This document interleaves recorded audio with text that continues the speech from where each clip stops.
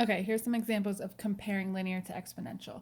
Linear is going to be y equals mx plus b. So for example, y equals 2x plus 1 would be a linear equation. Exponential is a times b to the x. So the key here is anytime you have a variable that's an exponent, whether that's x or t. So for example, 3 times 2 to the x would be exponential. Again, exponential has the x for an exponent, linear does not. For your t-tables, you're looking strictly at the y values. So in this one, we go from 20 to 16 to 12 to 8. So what's happening each time here is I'm subtracting 4. 20 minus 4 is 16, 16 minus 4 is 12, 12 minus 4 is 8. This one, from 5 to 15, I'm adding 10, here I'm adding 10, here I'm adding 10. So anytime you're adding or subtracting the same number, it makes it linear.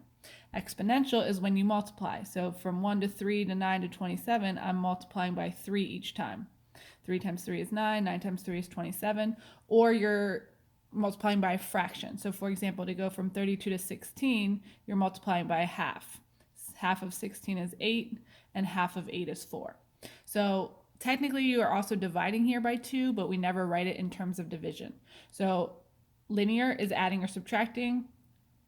Multiplication or division would be exponential.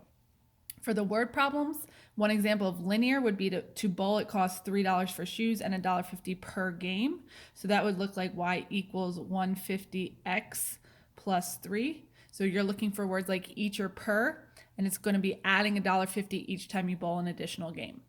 Exponential would look like the examples we just did with growth or decay, or it would look something like there are 50 mold cells and they double each hour. So double means times 2.